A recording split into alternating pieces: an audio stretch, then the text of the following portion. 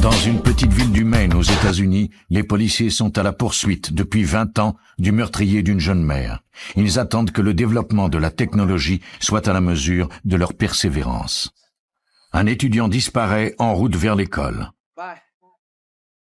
Son ravisseur demande une rançon. S'agit-il d'un enlèvement, d'un traquenard ou de quelque chose d'encore plus sinistre? Les détectives de l'État de Washington doivent trouver une façon de déjouer un meurtrier rusé qui devine chacune de leurs initiatives et leur file entre les doigts. Les crimes passionnels mènent souvent les policiers droit vers le meurtrier. Mais lorsque les indices sont rares et les pistes fragiles, ils savent que l'individu qu'ils cherchent est dénué d'émotion et qu'il agit de sang-froid. Norwich Rock, dans le Maine, 23 novembre 1976. Un policier découvre une voiture dans un buisson près de River Road. Le moteur est toujours en marche et il n'y a pas d'occupant. L'agent appelle au poste de police pour faire vérifier les plaques d'immatriculation. La téléphoniste lui répond que le propriétaire du véhicule, Vaughn Stevens, avait signalé sa disparition. Selon Stevens, sa petite amie lui avait emprunté son auto au début de la soirée pour aller faire des courses, mais elle n'était jamais rentrée. À l'intérieur du véhicule, sur le siège du passager, l'agent aperçoit des traces de sang. On demande à Vaughn Stevens de se rendre immédiatement sur les lieux. Pendant ce temps, l'agent de police examine le véhicule. Dans le coffre arrière, sous une veste, il y avait le corps d'une femme. Elle ne portait qu'une paire de chaussettes. Dans le Maine, les enquêtes pour homicide sont sous la juridiction de la police d'État. Après avoir été dépêchés sur les lieux, les détectives se mirent à la recherche d'indices. Vaughn Stevens arriva accompagné d'un ami. Il identifia son véhicule. Son ami identifia de son côté la victime dans le coffre. Il s'agissait de Janet Baxter, 30 ans, la petite amie de Stevens.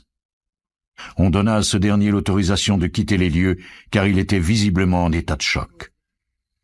Le détective Chick Love de la police du Maine poursuivait son enquête.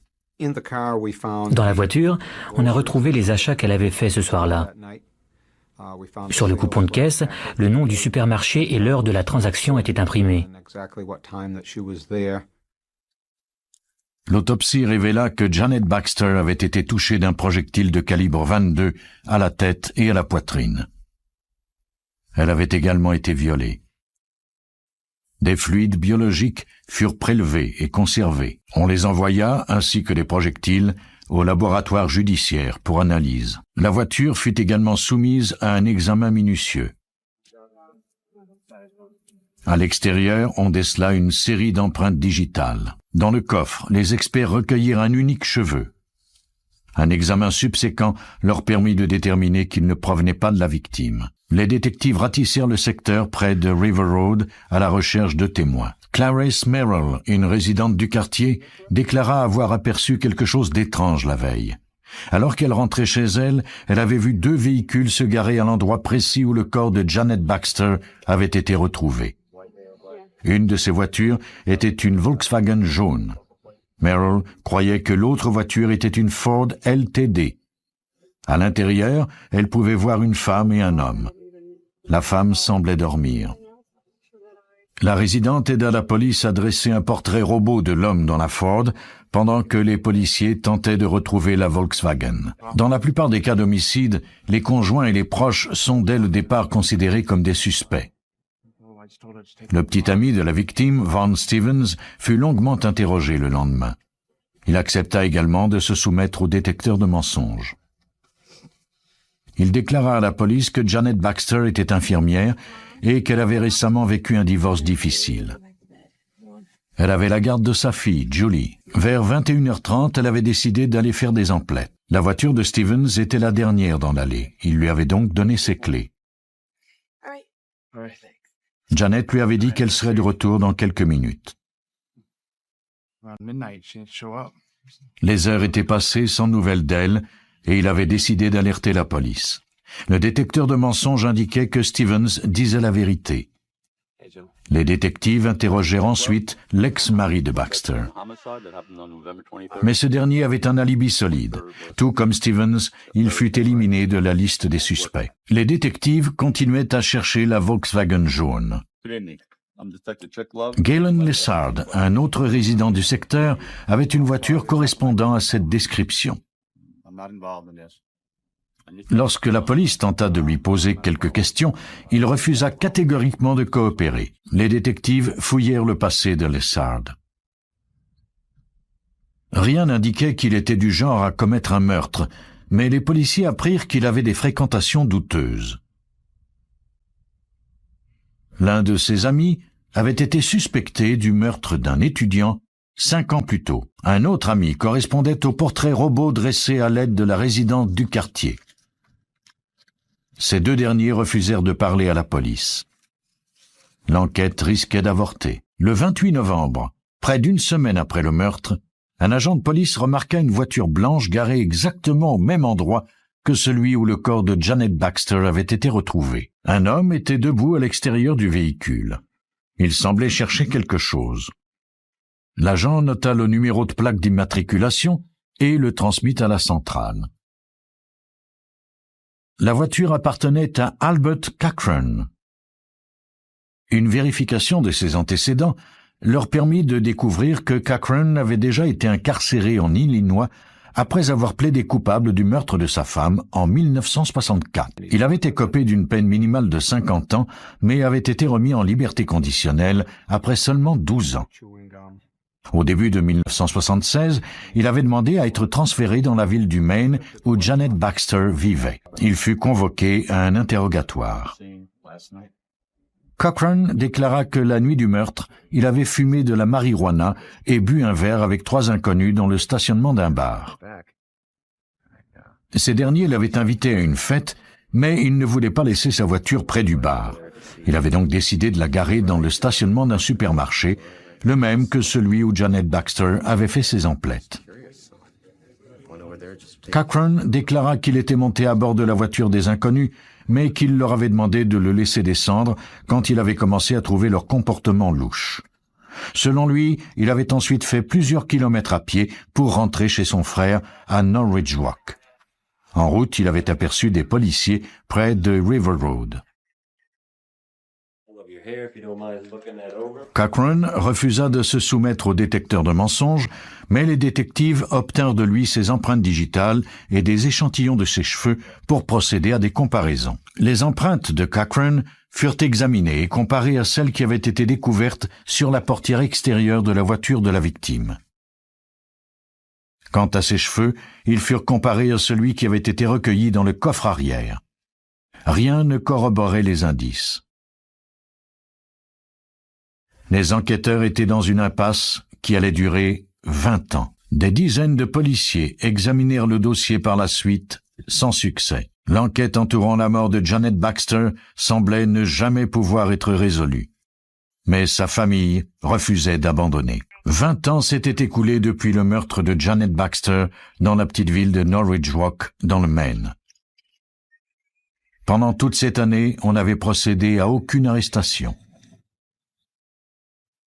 Robert McLeary, le père de Janet Baxter, était déterminé à ce que l'enquête ne soit pas abandonnée, peu importe le nombre d'années qu'il faudrait pour la résoudre. Tous les ans, lors de l'anniversaire de la mort de sa fille, il téléphonait aux quartiers généraux de la police.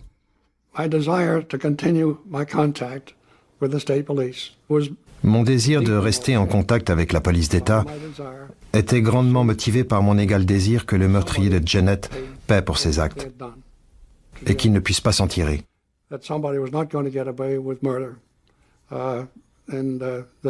Il fallait poursuivre les recherches, tenter de résoudre cette enquête pour que nous puissions enfin faire notre deuil.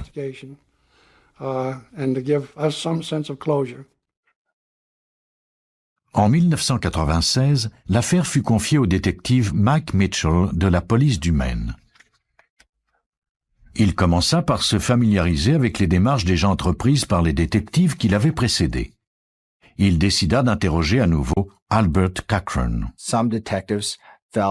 Certains enquêteurs croyaient qu'Albert Cochran était un suspect et peut-être même l'auteur du meurtre de Janet Baxter. D'autres enquêteurs pensaient que c'était plutôt un autre groupe d'individus qui se fréquentaient. J'ai noté tous les noms des suspects qui n'avaient pas d'alibi ou qui n'étaient pas dans ce secteur au moment du meurtre et j'ai dressé une liste par ordre de priorité. Au haut de la liste, en première place, se trouvait le nom d'Albert Cochran. Mitchell fit ensuite l'inventaire des indices dont disposait la police. Il appela le chimiste judiciaire Chris Montagna du laboratoire judiciaire de l'État du Maine. Mes deux tâches principales consistaient à examiner les indices dont nous disposions toujours après 20 ans, puis de reconstruire les notes et le travail accompli lors de l'enquête. Ensuite, il fallait tenter de tout mettre ensemble et d'établir un lien avec un des suspects dans le meurtre de Janet Baxter.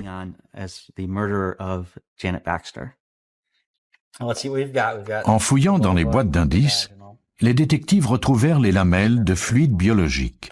Elles semblaient effacées, mais il était possible qu'il reste encore des traces de fluide. Si cet indice n'avait pas été altéré par le temps, il serait peut-être possible d'en extraire l'ADN, ce qui ne pouvait pas encore se faire au moment du meurtre. Sous le microscope, l'examen des lamelles surprit tous les experts. Il restait encore des traces du fluide prélevé à même la victime.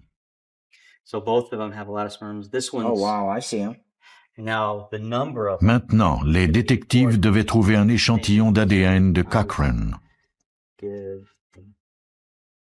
Ils n'eurent pas à aller très loin pour trouver ce qu'ils cherchaient. L'échantillon de cheveux de Cochran, qui remontait à 1976, était présent dans le dossier. Contenait-il suffisamment d'ADN pour procéder à des comparaisons? C'est à l'expert David Munich que fut assignée cette tâche. Ces cheveux étaient des échantillons de cheveux du suspect. Pour les recueillir, nous les avons arrachés, de sorte qu'il y avait de la peau sur la racine, contrairement à des cheveux coupés ou des cheveux qui tombent d'eux-mêmes. Les deux échantillons étaient en bonne condition et permettaient de procéder à une comparaison de l'ADN. Les résultats étaient stupéfiants. Il démontrait qu'il n'y avait qu'une chance sur 37 milliards que le meurtrier de Janet Baxter soit quelqu'un d'autre qu'Albert Cochran. Dans la matinée du 17 mars 1998, le détective Mitchell, accompagné de la police de Floride, procéda à l'arrestation de Cochran chez lui. Il fut renvoyé au Maine pour y subir son procès. Grâce aux indices recueillis près de 21 ans plus tôt, les détectives établirent que Cochran avait aperçu Janet Baxter seule dans le stationnement du supermarché. Il était animé de pulsions criminelles. Il ne résista pas à l'occasion qu'il avait d'enlever sa victime, de la violer et de la tuer. Le 20 mai 1999, le jury ne mit que 2h30 à trouver Albert Cochran coupable de meurtre au premier degré. Il fut condamné à la prison à vie, mais cette fois-ci, il n'était pas éligible à une liberté sous caution. Le meurtre n'est pas le seul crime que l'on peut commettre de sang-froid. Dans le sud du Dakota, ce fut une prise d'otage, un fils unique. Aberdeen, dans le sud du Dakota, le 8 mai 1985. Michael Kinney, 20 ans, quitta la maison où il vivait avec sa mère Sandra McNeil pour l'université où il étudiait. Michael n'était pas encore revenu le lendemain matin. Sa mère était très inquiète. Elle se mit à sa recherche. Près de la maison, elle trouva sa voiture garée au bord de la rue. Michael était introuvable. Sandra McNeil alerta immédiatement la police. Le shérif Mark Milbrandt de Brown County fut assigné à cette enquête. Nous étions inquiets. La voiture de Michael Kinney avait été trouvée près de chez lui, et elle semblait se trouver là depuis au moins 24 heures, peut-être même 35 ou 36 heures.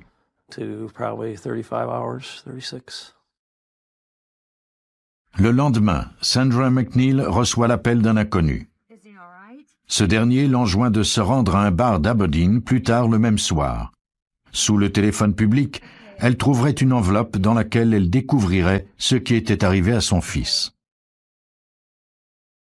L'homme lui ordonnait de ne pas aviser la police. La mère de Kinney se rendit au bar et trouva l'enveloppe. À l'intérieur se trouvait un message. Le ravisseur l'informait qu'elle reverrait son fils en vie à la condition qu'elle fournisse une rançon de $200 000. Malgré l'avertissement du ravisseur, Sandra McNeil remit la lettre au détective, qui la firent aussitôt examiner par les experts du laboratoire. 3 jours après la disparition de son fils, Sandra reçut un second appel. Cette fois-ci, les enquêteurs écoutaient la conversation. Le ravisseur demandait à McNeil de déposer l'argent de la rançon dans un parc d'Aberdeen à 21h. Ils retracèrent l'appel. Il provenait d'un téléphone public. Malheureusement, le ravisseur disparut avant l'arrivée des agents. Il n'y avait aucune empreinte digitale. Les enquêteurs analysèrent l'enregistrement de la conversation. Le ravisseur avait déclaré qu'il n'avait fait aucun mal à Michael, mais il avait refusé qu'il parle à sa mère avant le paiement de la rançon. Il avait ensuite décrit les vêtements de Michael pour prouver qu'il était vraiment avec lui. Les enquêteurs n'avaient d'autre alternative que de se plier à ses ordres. L'argent de la rançon fut mis dans un attaché-case. À l'intérieur, les agents dissimulèrent un appareil qui leur permettait de le retracer. Une policière en civil alla porter la rançon à l'heure et à l'endroit prévus. Quelques instants plus tard, un individu saisit l'attaché-case et prit la fuite en courant. Les policiers le prirent en filature. Le ravisseur se rendit à une résidence. Il gara l'Oldsmobile bleu qu'il conduisait. Il monta ensuite à bord d'une Camaro orange avec l'attaché-case. Une femme non identifiée monta à bord du véhicule. Grâce à l'appareil électronique, les agents le suivirent jusqu'au Minnesota. Le ravisseur entrait dans l'État lorsqu'il dut s'arrêter en raison d'un barrage routier. On ordonna aux 2 individus de sortir du véhicule et on les arrêta. Le conducteur était Todd Miller, 19 ans. La passagère était sa sœur de 17 ans. Les enquêteurs interrogèrent les 2 suspects séparément. Au cours d'un long interrogatoire, ils constatèrent que la jeune sœur n'avait pas la moindre idée de l'endroit où se trouvait Michael Kinney. Elle fut remise en liberté. Todd Miller déclara à la police qu'un revendeur de drogue du nom de Bob Jacobs lui avait demandé de prendre un colis et de le lui rapporter au Minnesota. En échange, Jacobs avait promis de l'aider financièrement. Lorsqu'on lui demanda s'il connaissait Kinney, Miller déclara que c'était un de ses amis, mais qu'il ignorait si Jacobs était relié à sa disparition. Grâce à Miller, les enquêteurs pourraient peut-être mettre sur pied une opération pour coincer le revendeur de drogue. Ils redonnèrent à Miller l'argent de la rançon et le conduisirent jusqu'au point de rendez-vous convenu avec Jacobs. Jacobs ne se rendit jamais sur les lieux. Les détectives ramenèrent Miller au poste de police. Le lendemain, Miller admit que l'histoire de Jacobs était fabriquée de toutes pièces. L'enlèvement n'en était pas un. Miller déclara que c'était l'idée de Michael Kinney et qu'il l'avait seulement aidé à mettre son plan à exécution. Miller était un ami de Kinney depuis l'école secondaire. Ce dernier trempait dans le monde de la drogue et il avait décidé de s'installer au Canada. Miller avait participé à l'arnaque pour aider son ami à déménager. Il fut soumis au détecteur de mensonges. Les résultats n'étaient pas concluants, mais il semblait y avoir un fond de vérité dans les déclarations du jeune homme. Cela signifiait que Michael Kinney était peut-être en vie et qu'il avait pris la fuite. On émit immédiatement un mandat d'arrêt contre lui. Les policiers du Dakota étaient à la recherche de Michael Kinney, 20 ans. Ce qui semblait d'abord être un cas d'enlèvement s'était révélé être une arnaque. L'ami de Kinney, Todd Miller, soutenait avoir participé à contre-cœur à toute cette opération.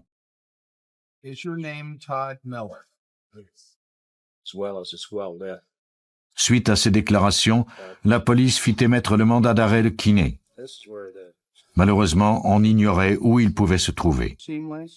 Les détectives interrogèrent sa petite amie. Elle était avec Michael la veille de sa disparition.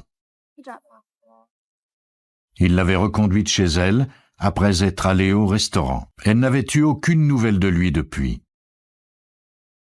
Quelques semaines plus tard, un fermier d'Aberdeen fit une sinistre découverte. Il remarqua une odeur nauséabonde près d'un bâtiment qu'il n'utilisait plus. Il y entra. Il y avait un cadavre. Des policiers furent immédiatement dépêchés à la ferme. Le corps était dans un état de décomposition avancé, mais on pouvait cependant y voir 3 blessures de projectiles et à la tête des traces de blessures causées par un objet contondant. Le fermier ne connaissait pas l'identité de la victime et ignorait aussi comment elle avait abouti dans ce bâtiment. On put finalement l'identifier à partir de ses dents. Il s'agissait de Michael Kinney. Cela nous a profondément affectés. Nous passions subitement d'une affaire de vol à un réel enlèvement et un homicide. Lors de l'autopsie, le médecin légiste put déterminer que la mort avait été causée par un projectile qui l'avait blessé à l'aorte. Des fibres, qui provenaient sans doute d'un tapis, furent recueillies sur les vêtements de la victime. Kinney était mort depuis 2 à 3 semaines, sans doute depuis le moment de sa disparition. Les détectives se tournèrent à nouveau vers le suspect, Todd Miller. Pour eux, il était évident qu'il était l'auteur de ce meurtre.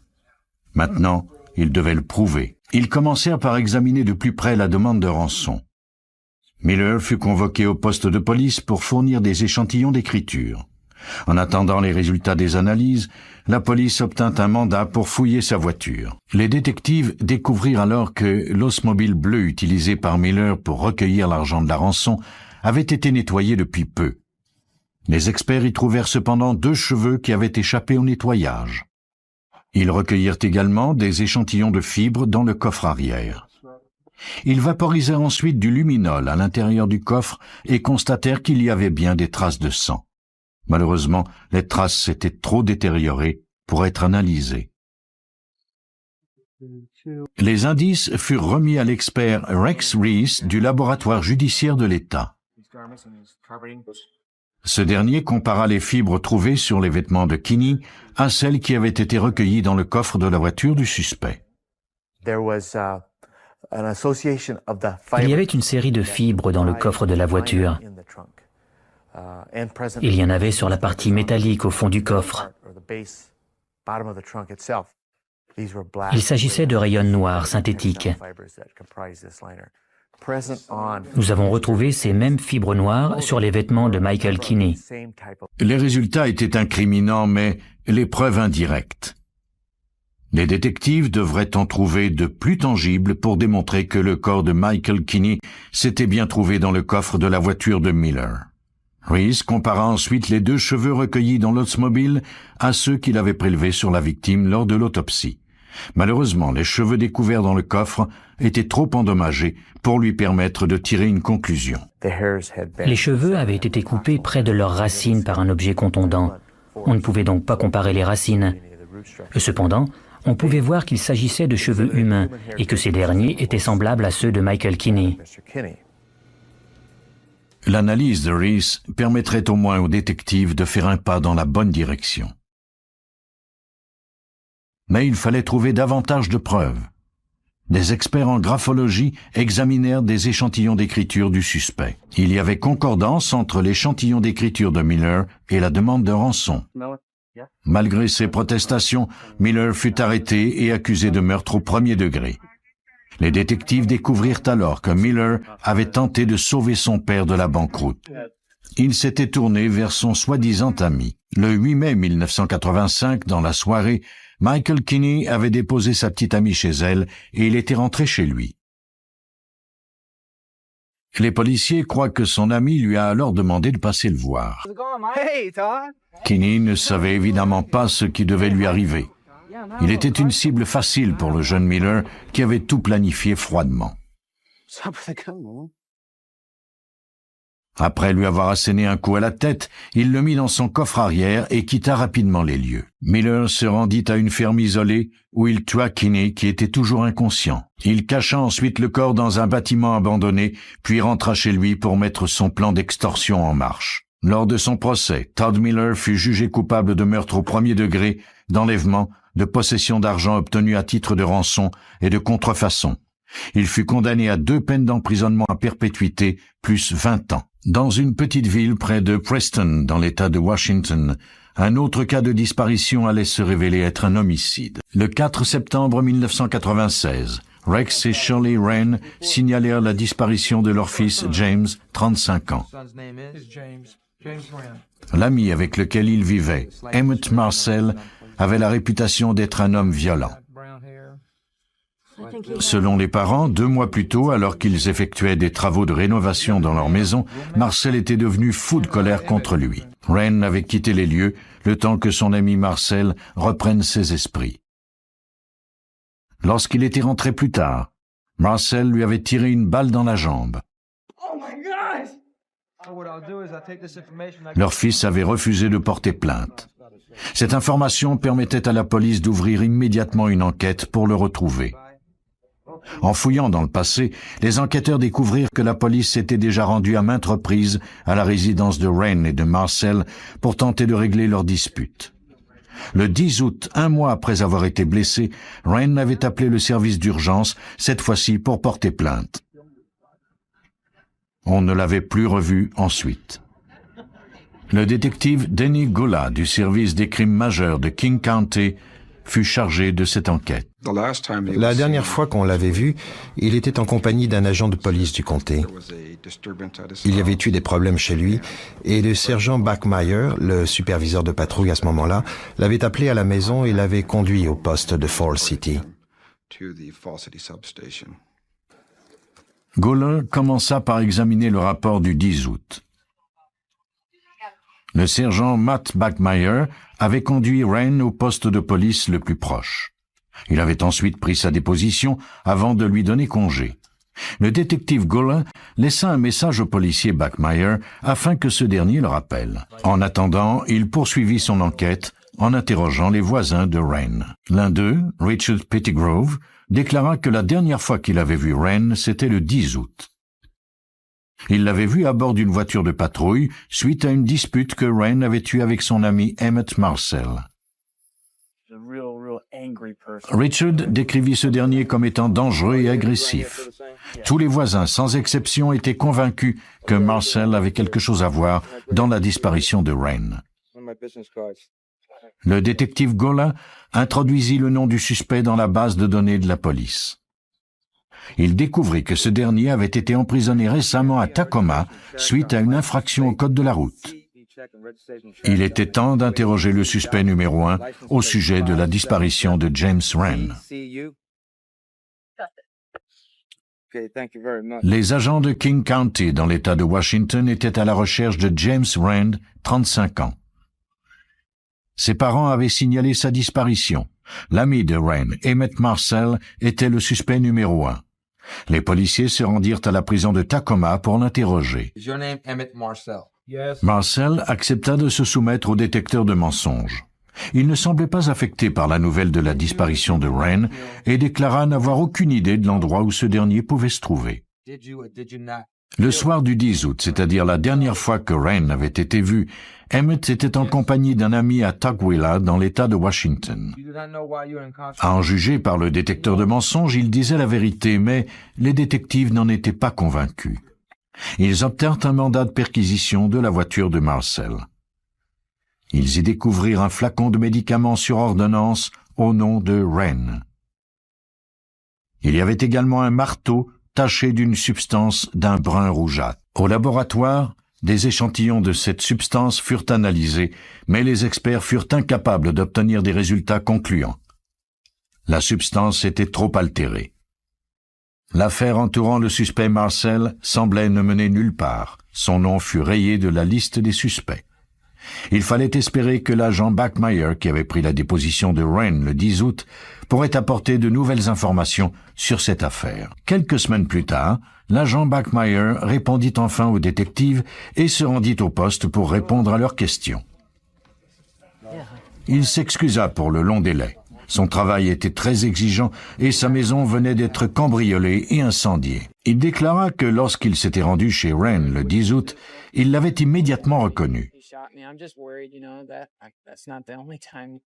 Bachmeyer était convaincu que c'était ce même homme, Wren, qu'il avait aperçu s'enfuyant de chez lui au moment où sa propre maison avait été incendiée.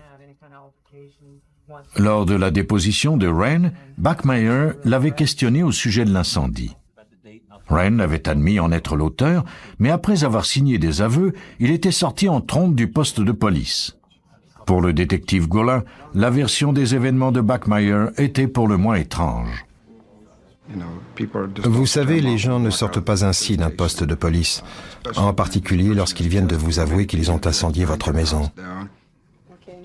Pour le moment, il était encore trop tôt pour déterminer si Bachmeier était impliqué dans la disparition de Wren.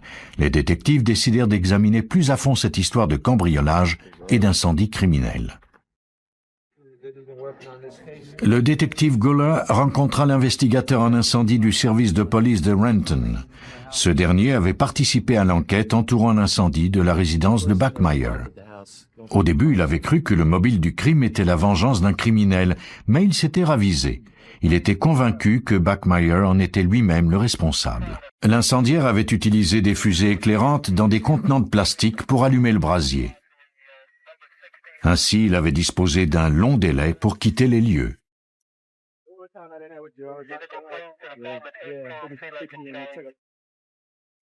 On avait également découvert que de nombreux objets de valeur tels que des bijoux, des gravures à tirage limité et des vêtements de cuir avaient été retirés de la maison pour être entreposés dans le garage peu avant l'incendie. L'enquêteur Sue Peters du bureau du shérif de King County travaillait également sur cette affaire. Les détectives de Renton étaient préoccupés par cette affaire. Ils croyaient que Bachmeier était peut-être impliqué parce qu'une de ses voisines l'avait aperçu s'éloigner de chez lui sur sa moto en plein milieu de la nuit. Quelques minutes plus tard, sa maison était la proie des flammes. Ces déclarations contradictoires avaient eu pour effet que la compagnie d'assurance de Bachmeier n'avait pas accepté de le dédommager, à moins qu'il ne se soumette au détecteur de mensonges. L'agent avait catégoriquement refusé. Il dut remettre son insigne et son arme et fut suspendu de ses fonctions. Il était maintenant le suspect numéro 1 dans la disparition de James Wren. Malheureusement, les détectives ne disposaient d'aucun mobile pour le crime ni d'aucun cadavre. Il devrait être plus rusé que l'agent de police. Selon Bachmeier, Wren avait avoué avoir cambriolé et incendié sa résidence. Une copie de sa déposition fut envoyée aux détectives. La signature de Wren se trouvait au bas de toutes les pages. Il était étrange cependant que l'écriture de la déposition ne soit pas la même que la signature. Il n'est pas rare qu'un enquêteur rédige la déposition et la fasse ensuite signer par le suspect. Le document fut envoyé à des experts en graphologie. Ces derniers conclurent que la signature au bas des pages était bien celle de Wren et que le document avait été rédigé de la main de Bachmeier. Mais ils avaient fait une autre constatation étonnante. Toutes les pages de la déposition avaient été rédigées avec la même encre, mais il y avait eu changement de stylo après 2 pages. Les 2 premières pages contenaient la plainte de Wren à propos de Emmett Marcel, et les pages 3, 4 et 5 étaient en fait les aveux de Wren au sujet du cambriolage et de l'incendie.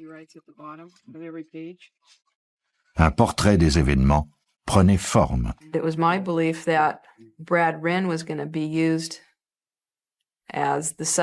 J'étais convaincu que le sergent Bachmeier avait utilisé Brad Wren comme suspect. On soupçonnait Bachmeier d'être impliqué dans l'incendie de sa maison et il devait trouver quelqu'un d'autre pour être blanchi de tout soupçon.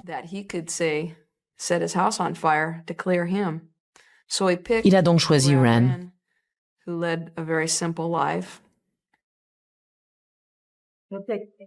La police obtint un mandat de perquisition pour fouiller la voiture de patrouille utilisée par le sergent Bachmeier le soir du 10 août.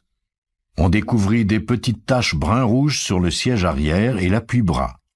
Le tissu de la banquette arrière fut retiré. Les experts furent abasourdis en apercevant une tache encore plus grande sur le matériel de rembourrage de la banquette. Une grande quantité de la substance avait traversé le tissu et imbibé la mousse de polyuréthane. Des échantillons de toutes les taches furent prélevés et envoyés au laboratoire pour analyse. Il s'agissait de sang humain.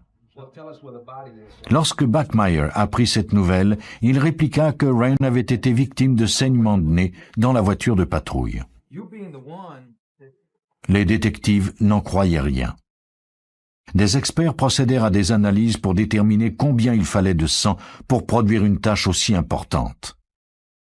En répandant du sang humain sur des banquettes identiques à celles de l'auto du sergent, ils constatèrent qu'il fallait 200 millilitres de sang pour créer une tâche de cette importance, soit beaucoup plus qu'un saignement de nez très abondant. Les experts devaient maintenant prouver que le sang de la voiture de patrouille était bien celui de Wren. Sans le corps de la victime, il était impossible de procéder à des comparaisons. La chimiste Kim Duddy devait trouver une façon de résoudre ce problème. Ses parents biologiques étaient vivants et ils ont tous deux accepté de fournir des échantillons de leur sang. Nous avons donc comparé le sang du père et de la mère du disparu à la tâche suspecte du véhicule de Bachmeier. Le sang provenait bien de l'enfant biologique de Rex et de Shirley Wren. En dépit de l'absence de corps, cette preuve était très importante. Le sergent Matt Bachmeier fut arrêté pour le meurtre de James Brad Wren. S'il restait quelques doutes aux détectives, ceux-ci furent éliminés le 2 février 1997, moins de 3 mois après l'arrestation de Bachmeier. Des ossements et des fragments de vêtements furent découverts dans une impasse isolée du parc de Cougar Mountain. Il y avait là, bien identifiable, un crâne, ainsi qu'un plâtre marqué de rouge, de blanc et de bleu. Dans le porte-clés de Bachmeier, on avait remarqué les clés qui donnaient accès à ce parc. Les détectives croient que le sergent espérait gagner rapidement de l'argent en incendiant sa maison. Mais son plan a échoué lorsque sa compagnie d'assurance a commencé à le soupçonner. Il devait prouver que quelqu'un lui en voulait. Wren était la cible idéale. Le sergent Matt Bachmeier fut jugé coupable de meurtre au premier degré et condamné à la prison à perpétuité sans possibilité de libération conditionnelle. Les meurtriers qui tuent sans remords et dont les mobiles sont obscurs rendent la tâche difficile aux détectives. Mais par une enquête minutieuse, avec une bonne dose de patience, et grâce aux ressources du laboratoire judiciaire, on peut venir à bout de ces criminels qui tuent de sang-froid. Lorsque la police se précipite ce 27 mars 1995 au 20 rue Palestro au cœur du quartier le plus chic de Milan, elle découvre un corps sans vie. L'homme qui gît sur le sol vient d'être abattu de façon méthodique et précise. 3 balles dans le dos et une dans la tempe. Cet homme est si célèbre que les policiers le reconnaissent tout de suite. Il s'agit de Maurizio Gucci, l'héritier de la marque de luxe la plus célèbre d'Italie. À l'époque, c'était la première marque en Italie. Gucci, c'est l'excellence. Haute couture et accessoires ultra sophistiqués, une griffe portée par les plus grandes stars. Jackie Kennedy, Grace Kelly, Madonna ou encore Tom Cruise. Tous se sont montrés en Gucci, fiers d'arborer la célèbre marque. Mais cette entreprise familiale est l'objet d'âpres disputes entre les actionnaires. C'était une famille très rigoureuse, et ils avaient décidé que Maurizio n'était pas à la hauteur pour la développer. Son meurtre à bout portant ressemble à un contrat. Alors qui en voulait au milliardaire milanais? Les enquêteurs ont cherché à savoir si Maurizio Gucci s'était fait des ennemis dans le milieu des affaires, de la finance ou de l'industrie. Car Maurizio Gucci avait des ennemis. Mais lequel l'a fait supprimer? Un concurrent sans scrupules? Un membre de sa famille? La mafia? Qui avait intérêt à assassiner l'héritier de la prestigieuse marque de luxe? N'avoir qu'une rue à traverser pour se rendre de son domicile à son travail, c'est le dernier luxe que s'est offert Maurizio Gucci, l'héritier de la célèbre marque italienne de haute couture. C'est là, dans ce quartier ultra-résidentiel de Milan, entre le cours Venezia et la rue Palestro, que chaque matin, Maurizio Gucci part à pied gagner son pain, ou plutôt son million quotidien. Il ne s'est rendu compte de rien, mais depuis plusieurs semaines, 2 individus guettent dans leur voiture ses moindres allées et venues. Et ce 27 mars 1995, ils vont passer à l'action. Un vent à décorner les bœufs souffle sur Milan. Et lorsqu'à 8h30 précise, le milliardaire franchit le porche de ses bureaux, il n'entend ni l'homme qui s'engouffre derrière lui, ni le cliquetis du pistolet qui l'arme entre ses mains. Soudain, dans les escaliers qui mènent au grand hall de marbre, l'inconnu tire à 3 reprises, abattant à bout portant le dernier descendant des Gucci. puis il l'achève d'un 4e projectile dans la tempe, avant de s'enfuir et de disparaître en voiture dans les rues de Milan. Un coup de maître.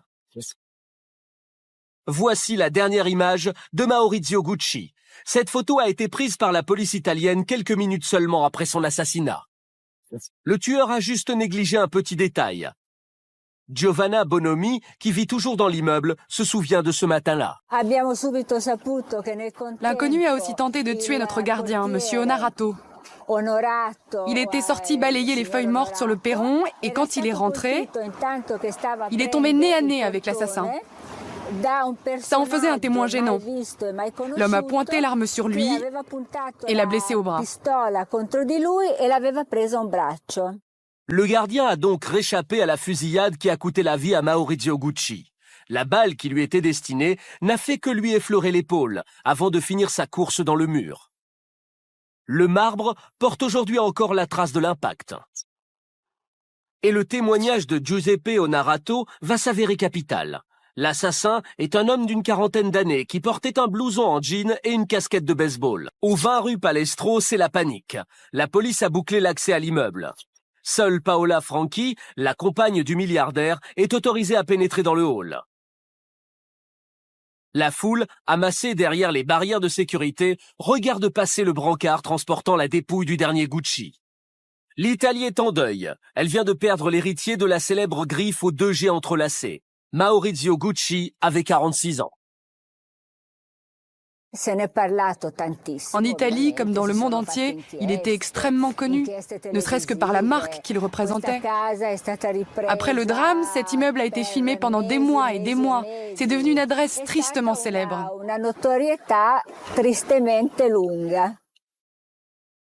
Héritier de la marque de luxe fondée par son grand-père, Maurizio Gucci trône sur l'une des plus grosses fortunes d'Italie. Pour Pietro Treni, l'un des avocats de l'affaire, rien ne prédestinait pourtant ce petit-fils de maroquinier à se retrouver à la tête d'un tel empire. Maurizio Gucci n'était pas styliste. Il ne devait même pas être capable de dessiner un sac. C'était un industriel, un homme qui s'était lancé dans les affaires par la force des choses. Et il s'est retrouvé roi de cette grande dynastie. À l'époque, c'était la première marque italienne. Une marque qui dépasse vite les frontières du pays et que s'arrachent bientôt les plus grandes stars internationales. Dans les années 50, Jackie Kennedy, Audrey Hepburn ou encore Grace Kelly s'affichent en Gucci. Aujourd'hui, Madonna, Tom Cruise, Jennifer Lopez ou plus près de chez nous, Guillaume Canet portent haut l'emblème des 2 G croisés. Sacs, vêtements, mais aussi ceintures, bijoux et même parfums. La griffe se décline sous toutes les formes dans près de 700 boutiques à travers le monde, pour un chiffre d'affaires qui dépasse les 3 milliards d'euros. Palais à Milan, chalet à Saint-Moritz, appartement avec vue imprenable à New York et yacht surdimensionné ancré à Monaco. Maurizio Gucci vit dans une tour d'ivoire, loin, bien loin des préoccupations de tout un chacun. Maurizio Gucci menait une existence de privilégié. C'est quelqu'un qui n'a jamais pris un avion de ligne. Il ne voyageait qu'en jet privé. Il ne se mélangeait pas aux autres. Avec son voilier extraordinaire de plus de 40 mètres, il passait son temps à sillonner les mers et à faire le tour du monde. C'était un homme très, très riche. Maurizio Gucci dispose aussi d'importantes liquidités. Depuis qu'en 1993, un an avant son assassinat, il a revendu les dernières parts de l'empire familial à des investisseurs arabes. Bilan de l'opération, 140 millions d'euros, auxquels pourront un jour prétendre les 2 filles qu'il a eues avec Patrizia Martinelli-Reggiani, son ex-épouse, mais aussi sa compagne, Paola Franchi, si toutefois elle devient la nouvelle Madame Gucci. Qui alors pouvait bien en vouloir à cet homme retiré des affaires et qui n'avait plus de Gucci que le nom? Quelle signature se cache derrière ces coups de feu sanglants en plein cœur de Milan? Comment les enquêteurs vont-ils remonter la piste du tueur à la casquette de baseball? Grâce au témoignage de Giuseppe Onorato, le gardien de l'immeuble où vient d'être assassiné Maurizio Gucci, les policiers acquièrent la certitude qu'ils ont affaire à au moins 2 individus. L'homme qui a tiré et le conducteur du véhicule dans lequel il s'est enfui. Les enquêteurs disposent aussi d'un autre indice. 4 douilles retrouvées par terre dans le hall du bâtiment. Elles proviennent de balles de 7,65 fabriquées à Las Vegas. est quasi introuvable en Europe, sauf peut-être en Suisse, où Maurizio Gucci vient d'investir dans un projet de casino à Cran-sur-Cière.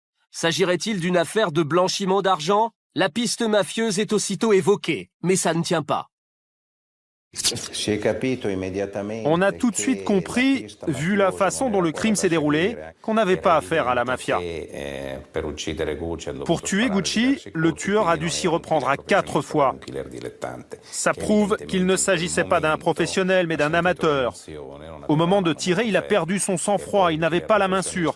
Et puis, un tueur chevronné n'aurait pas laissé de témoins. Le gardien de l'immeuble où Gucci avait ses bureaux a été un personnage essentiel dans la restitution des faits. Une autre piste intéresse aussi les enquêteurs. Elle pourrait être financière. Et elle est prise très au sérieux par maître Giovanni Maria De Dolla, l'avocat des Gucci, un ténor du barreau de Milan. Les enquêteurs ont cherché à savoir si Maurizio Gucci s'était fait des ennemis dans le milieu des affaires, de la finance et de l'industrie. Au début, on a pensé à une histoire de contrefaçon, à des concurrents de la marque qui œuvraient au Japon. On se demandait s'il ne pouvait pas s'agir d'un différend lié à un trafic de ce genre. Mais quand Maurizio est mort, il n'était plus propriétaire de la griffe. Il avait tout vendu.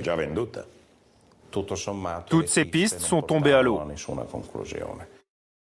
Mais subitement, une nouvelle piste s'ouvre aux enquêteurs, celle d'un complot familial. Car l'histoire du succès mondial de Gucci, c'est avant tout celle d'une dynastie qui se déchire depuis 3 générations. Secrets de famille, jalousie, haine, coups bas, conflits. Un atavisme qui remonterait à Guccio Gucci, ce grand-père de génie qui a fondé en 1921 la maison de maroquinerie. Intransigeant, pingre et tyrannique, le patriarche n'aimait rien d'autre qu'encourager, dit-on, la compétition entre ses propres fils, histoire d'en faire de vrais hommes. La marque vient d'ouvrir sa première boutique à New York lorsque Guccio Gucci s'éteint en 1953. Les pouvoirs sont répartis entre 2 de ses fils. D'un côté, Aldo et ses 3 enfants héritent de 50% des parts de l'entreprise. De l'autre, Rodolfo et son fils unique Maurizio contrôlent à eux 2 l'autre moitié. Ce déséquilibre réveille les vieilles rancœurs. Entre les 2 clans, la guerre est déclarée. Elle va même s'étendre au sein des fratries. Aldo se brouille avec l'un de ses 3 fils, qui le dénonce au fisc et l'envoie en prison à 82 ans. Lequel fils tente de faire alliance avec son cousin Maurizio, un garçon fragile, mystique et solitaire. Il a perdu sa mère lorsqu'il avait 5 ans et il ne s'entend pas avec son père. Maurizio Gucci était un enfant roi. Il avait des rapports difficiles avec son père, qu'il a longtemps tenu à l'écart de la société. Maurizio n'était pas accepté dans le business familial. Ses oncles, ses cousins, tous le considéraient comme un incapable.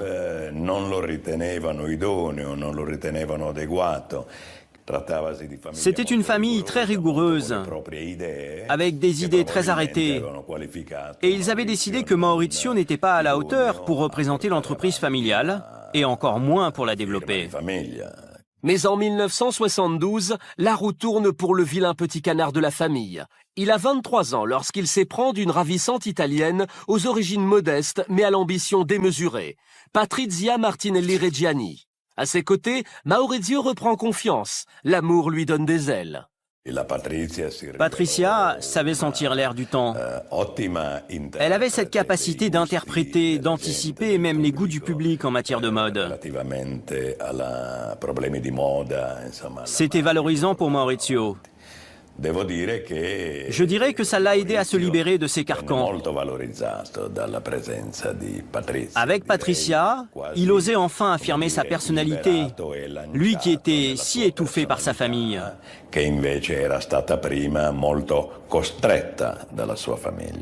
Pourtant, la jolie roturière peine à trouver sa place dans le clan Gucci.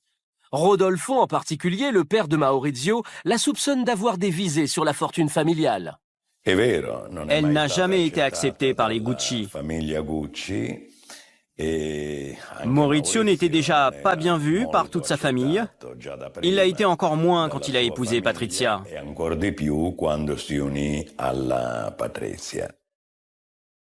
Mondaine, exubérante, Patrizia Gucci étale volontiers dans la presse ses rivières de diamants, ses robes sur mesure, ses intérieurs en peau de léopard, sa nouvelle vie de princesse aux côtés d'un mari toujours plus influent. On l'a dit vénal. Sa philosophie, elle l'a confiée ce jour-là sans vergogne à des journalistes de la radio italienne. Mieux vaut pleurer en Rolls-Royce que de rire à bicyclette. Ça, c'est sûr. En 1983, c'est la consécration. À la mort de Rodolfo, Maurizio Gucci se retrouve seul maître à bord de l'entreprise familiale. Il détient désormais la moitié des parts, l'autre moitié restant aux mains de ses 3 cousins qui ne parviennent pas à s'entendre sur la façon de gérer ce fabuleux héritage. Maurizio règne en maître sur l'empire Gucci. Le vilain petit canard a pris sa revanche. Mais une mauvaise surprise l'attend. La société accuse des pertes. L'arrivée de Maurizio est intervenue dans une période où la marque était sur le déclin. Mauvaise gestion, manque de créativité, désintérêt des fils d'Aldo pour cet héritage trop lourd à porter, les comptes de la maison Gucci sont dans le rouge. Maurizio ne parvient pas à redresser la barre. Seule solution, vendre. En 1995, il emboîte le pas de ses cousins en cédant ses parts à des investisseurs du Bahreïn. Il n'y a désormais plus aucun membre de la famille Gucci derrière la marque éponyme. Pour Patrizia Gucci, qui avait tout misé sur Maurizio, la défaite est amère. Patrizia a perdu l'estime qu'elle avait pour lui à partir du moment où la société a commencé à péricliter. Elle lui imputait la faillite de la marque. Au fond, elle était convaincue, elle aussi, que Maurizio était un incapable. Et elle ne se prive pas de le lui dire et de le crier sur tous les toits. Excédé par les humiliations de son épouse, Maurizio Gucci quitte le foyer un beau matin sans crier gare. Patrizia ne reçoit plus d'autres nouvelles qu'à travers la confortable pension alimentaire de 50 000 € qu'il verse chaque mois à leurs 2 filles. Patrizia aimait toujours Maurizio. Elle a très mal vécu cette séparation. Elle a refusé le divorce. Mais après 10 ans de procédure, les avocats de Maurizio Gucci finissent par avoir gain de cause. Le 19 novembre 1994, 4 mois seulement avant l'assassinat du milliardaire, le divorce du couple le plus hype d'Italie est prononcé. Patrizia Gucci redevient Patrizia Martinelli Reggiani et touche bien moins que ce qu'elle espérait. 3 500 000 € d'indemnité. Entre-temps, le milliardaire a refait sa vie avec Paola Franchi, une jeune décoratrice aussi blonde et discrète que son ex-épouse était brune et exubérante. Il n'y a aucune ombre au tableau. Il est même question d'officialisation. Rien dans la sphère privée du milliardaire n'alimente l'hypothèse d'une vengeance familiale, même si la froideur, le détachement de Patrizia Martinelli Reggiani, le jour de l'enterrement, dérange les enquêteurs. Son comportement n'échappe pas à la presse. Pour les médias, elle devient la veuve noire. Plusieurs semaines après l'exécution sommaire de la rue Palestro, les policiers italiens ne tiennent toujours pas le moindre début de piste. Alors, qui a tué Maurizio Gucci? Pourquoi cet homme sans histoire a-t-il été froidement abattu? Quel contrat le milliardaire avait-il sur la tête? Et quel rebondissement va permettre aux enquêteurs de remonter la piste du tueur à la casquette de baseball? En Italie, l'affaire du meurtre de Maurizio Gucci piétine depuis 2 ans, lorsqu'un rebondissement inespéré à peine croyable vient relancer l'enquête. Le 8 janvier 1997, un témoin providentiel se manifeste auprès de la police de Milan. C'est un commerçant de la ville. Il prétend avoir des révélations à faire sur le meurtre Gucci. Par hasard, il a recueilli les confidences du veilleur de nuit d'un hôtel du centre, un certain Ivano Savioni. Au cours de leur conversation, l'homme s'est vanté d'avoir organisé l'assassinat du milliardaire. Si le veilleur de nuit de cet hôtel n'avait pas parlé, les meurtriers courraient encore. Les aveux spontanés de l'informateur sont pris très au sérieux par les enquêteurs italiens. Ils placent aussitôt le veilleur de nuit sur écoute et organisent des filatures. Très vite, ils parviennent à déterminer que Savioni, le veilleur de nuit, compose principalement 2 numéros de téléphone, ceux de Benedetto Cerealo et d'Horacio Cicala. L'un d'eux est peut-être le tueur à la casquette de baseball. Savioni passe aussi beaucoup de temps au téléphone avec une certaine Pina. Ils se connaissent très bien. Ils sont de la même famille. Mais en se penchant sur le profil de cette mystérieuse interlocutrice, les enquêteurs découvrent que Pina n'est autre que Giuseppina Auriemma, la meilleure amie de Patrizia Martinelli Reggiani, autrement dit Patrizia Gucci, l'ex-Madame Gucci. La milliardaire aurait-elle joué un rôle dans ce crime qui tient en haleine toute l'Italie depuis maintenant 2 ans? Quelle raison, avec 50 000 € de pension alimentaire par mois, aurait-elle eu de tuer la poule aux œufs d'or? Et que vient faire sa meilleure amie dans cette affaire? Pour comprendre le lien qui unit Pina Auriemma et Patrizia Martinelli Reggiani, il faut remonter 23 ans auparavant. Pina Auriemma est alors une intime de Maurizio Gucci. Pina était la voyante de Maurizio. Il consultait beaucoup de voyantes. Il était très attiré par les sciences occultes, les phénomènes paranormaux, le tarot. Ça le fascinait. C'est vraiment un point commun qu'ils avaient avec Patrizia. Tous les deux adoraient se faire tirer les cartes.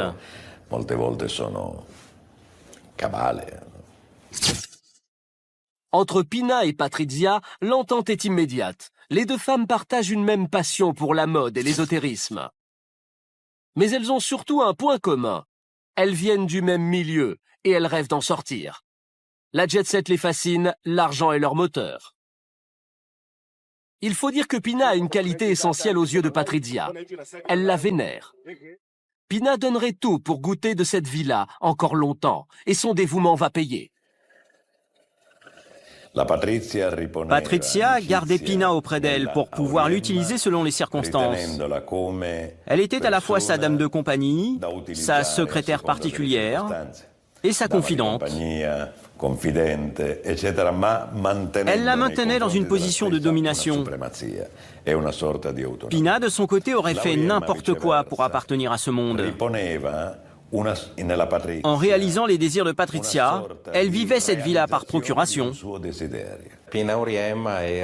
Pina était peut-être la seule véritable amie de Patrizia, qui avait un caractère très dur et d'énormes difficultés relationnelles. Elle avait du mal à se faire des amis. Pina et elle étaient comme des sœurs. En 1984, la séparation du couple les rapproche encore. Avec Pina, elle dénigre Maurizio et s'en donne à cœur joie. Patrizia n'admet pas son éviction de ce monde de rêve. Au fond, elle n'a qu'une hantise, que Maurizio se remarie.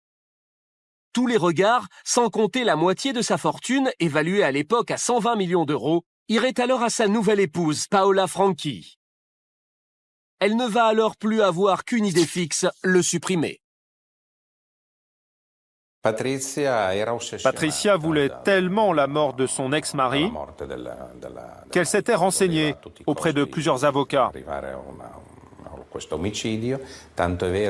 Elle voulait savoir combien d'années de prison elle risquait si elle le faisait liquider.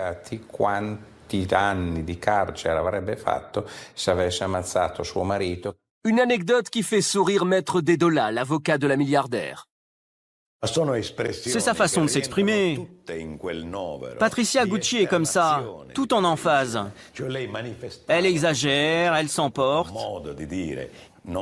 C'est vrai qu'elle ne perdait jamais une occasion, que ce soit en public ou dans l'intimité, de clamer qu'elle voulait la mort de son mari, de se plaindre du mal qu'il lui faisait. Mais c'était des paroles en l'air. Je n'accorde aucun crédit à ces propos. Quand on veut tuer quelqu'un, on ne le crie pas sur les toits. Seulement voilà, Patrizia ne se contente pas de formuler des menaces.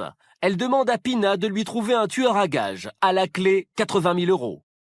En s'adressant à Savioni, le portier de l'hôtel, Pina sait qu'elle frappe à la bonne porte. Il est couvert de dettes, l'argent est dans l'enveloppe.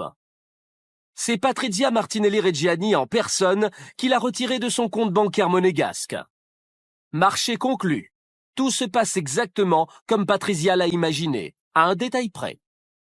Une fois l'argent en poche, Pina et Savioni ont décidé de ne pas aller plus loin.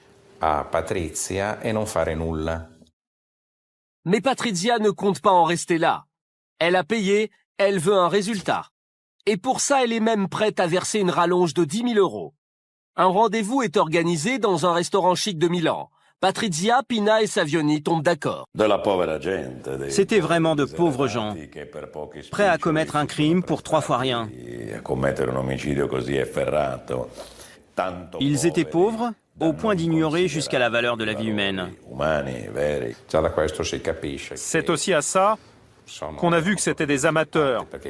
Des professionnels auraient exigé beaucoup plus pour tuer quelqu'un comme Gucci, avec le patrimoine que possédait sa famille. Ce sont de petits hommes qui ont voulu jouer aux grands criminels.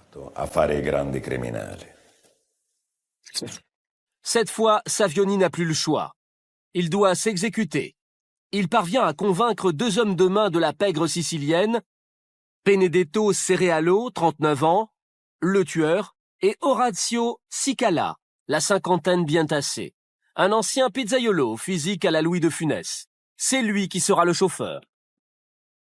Le 27 mars 1995 au matin, il planque rue Palestro depuis une bonne demi-heure, lorsque Maurizio Gucci apparaît à l'angle du cours Venezia. Équipé d'une vieille arme, Cerealo sort discrètement du véhicule et emboîte le pas du milliardaire au moment où il franchit le porche de son bureau. Avant de lui tirer dessus, à 4 reprises. C'est la fin de la saga des Gucci. Pourquoi Patrizia Martinelli-Reggiani a-t-elle fait assassiner son ex-mari? Et quels indices vont enfin permettre aux policiers italiens de le prouver lorsqu'ils viennent interpeller l'ex-épouse de Maurizio Gucci 2 ans après, le 31 janvier 1997, une nouvelle surprise attend les policiers milanais. Patrizia Martinelli-Reggiani a déménagé. Elle vit désormais au 38 rue Venezia, chez son ex-mari. Quelques heures après le crime, Patrizia a déboulé sans crier gare dans l'appartement de Maurizio et elle a délogé Paola Franchi. Elle était jalouse. C'était une façon de dire à sa rivale « J'ai gagné, maintenant tu dégages ».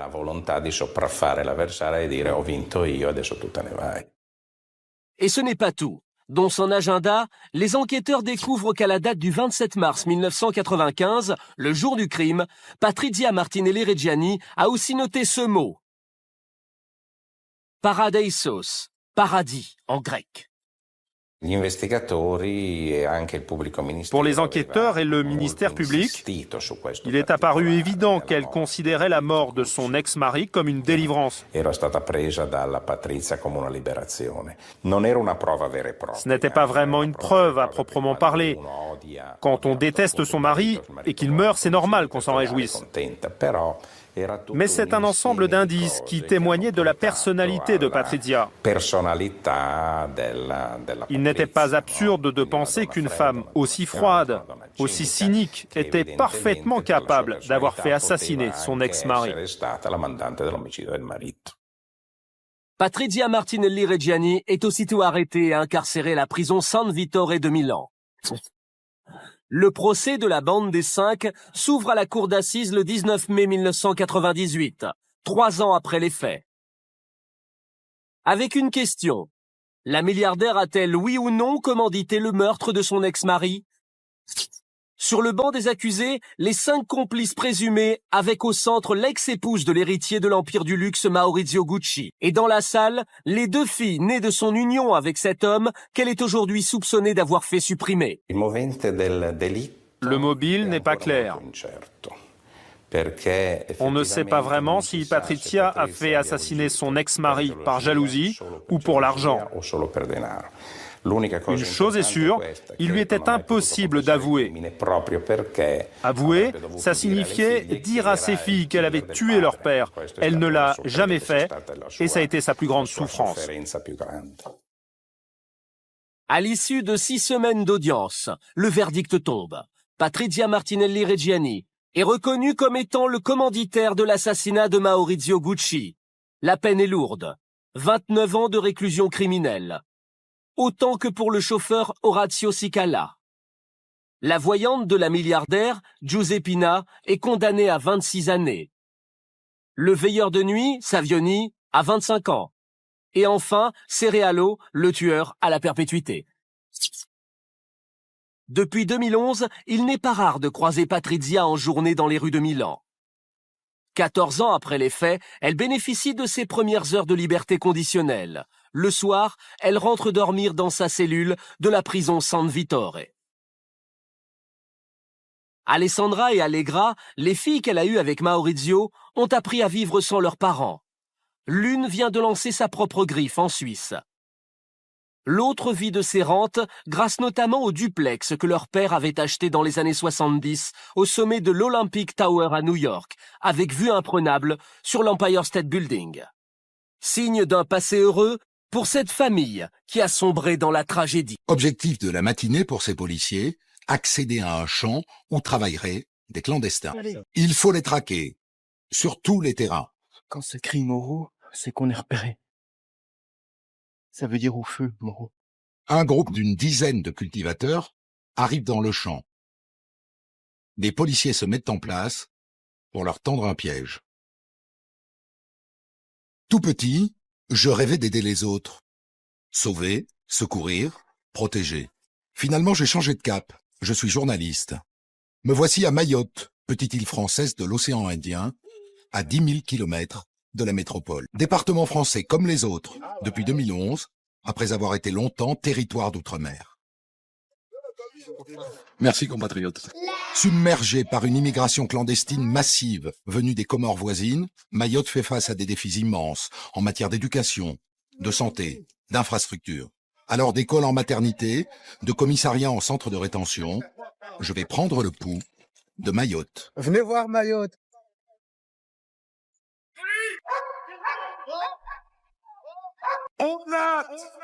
Port de Mamoudzou, préfecture de Mayotte. Il est 8 heures du matin, il fait déjà 35 degrés. Oh ben, une grève des barges qui nous amène de l'aéroport plus tard. M'y voilà. Et j'ai l'impression qu'il va pas tarder à pleuvoir. C'est chaud, c'est horrible. Je débarque en pleine saison des pluies, et c'est l'été dans l'hémisphère sud. Mayotte se situe dans l'océan Indien, proche de Madagascar et de la Réunion. Elle fait partie de l'archipel des Comores. Ancienne colonie française, les Comores sont indépendantes depuis 1975, sauf Mayotte, qui a voulu rester française, et qui, après un référendum, en 2011, est devenue le 101e département français. 20 fois plus petite que la Corse, Mayotte compte pourtant presque autant d'habitants, plus de 220 000, dont la moitié seulement sont français. Mon voyage commence à la maternité de l'hôpital de Mamoudzou.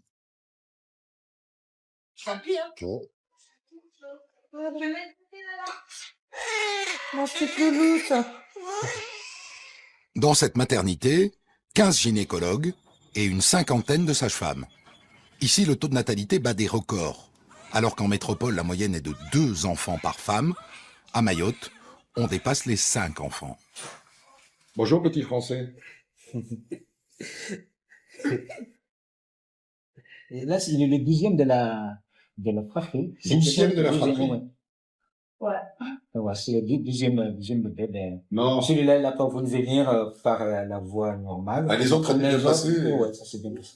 Elle n'a pas de peau, la maman, hein. Au 12e, se faire une Ah ouais, voilà, il voulait, c'est pourquoi il voulait, mais elle n'est pas contente. Elle était fatiguée aussi. Ouais. Quand on lui dit, c'est 1% des enfants français ici.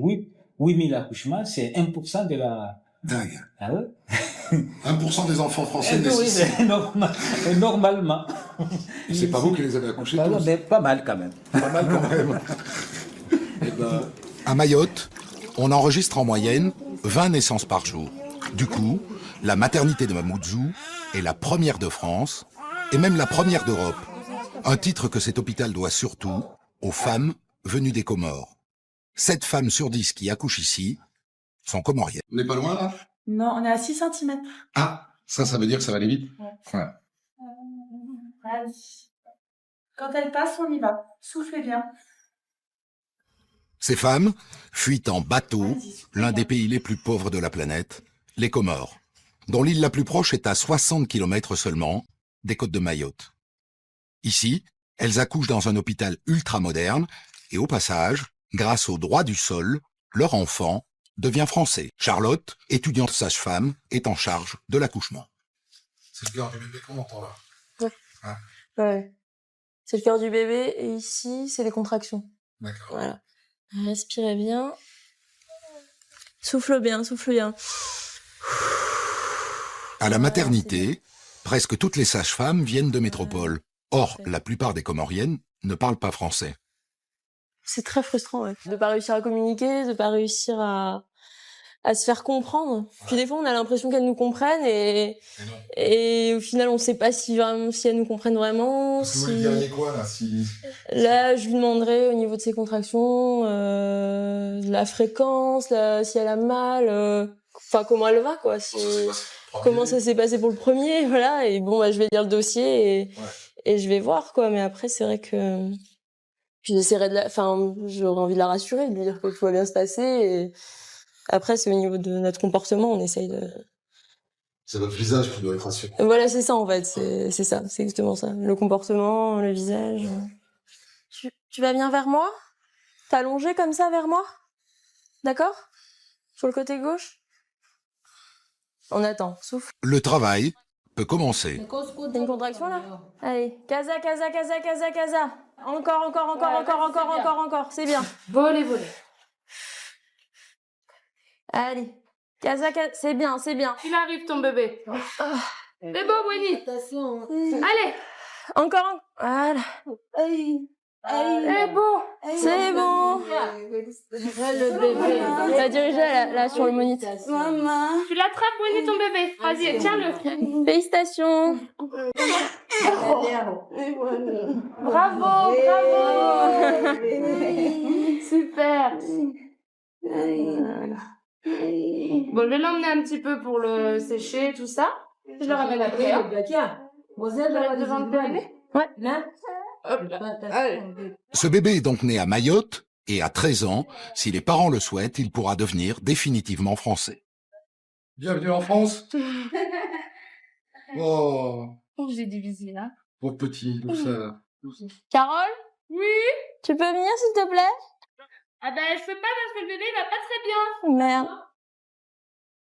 L'enfant est anormalement silencieux, il respire très mal, il a besoin d'oxygène. Ça y est, c'est parti. Ça y est, c'est parti.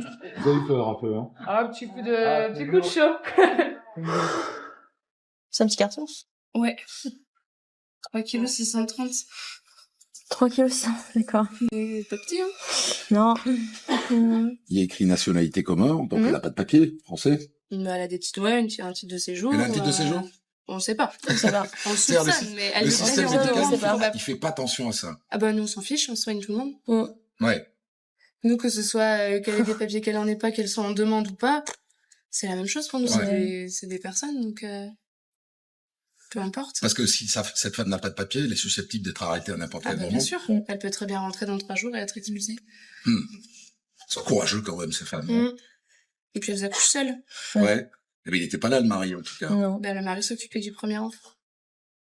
Et la mère n'était pas là non plus. Mais Souvent. non. Les Mahoraises, elles viennent avec leur Avec mère. leur maman, leur grand-mère, leur cousine, leur tante. Pour quitter un pays, pour faire naître des enfants dans un autre pays, il faut être courageuse. Ouais. Ou des fois, elles connaissent personne. Hein.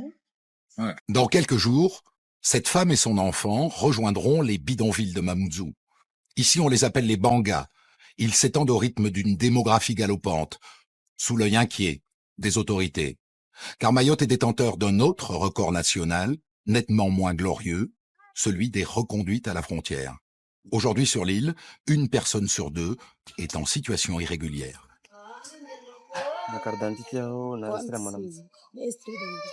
La brigade anti-immigration illégale en action.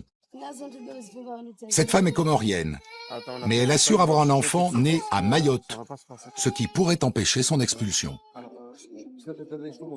On est obligé de le ramener au commissariat pour faire une vérification beaucoup plus poussée pour savoir si vraiment, parce que ça nous arrive d'avoir des personnes en fait qui se déclarent comme étant mère d'enfants français et derrière en fait ce sont des papiers qui ont été prêtés à d'autres personnes.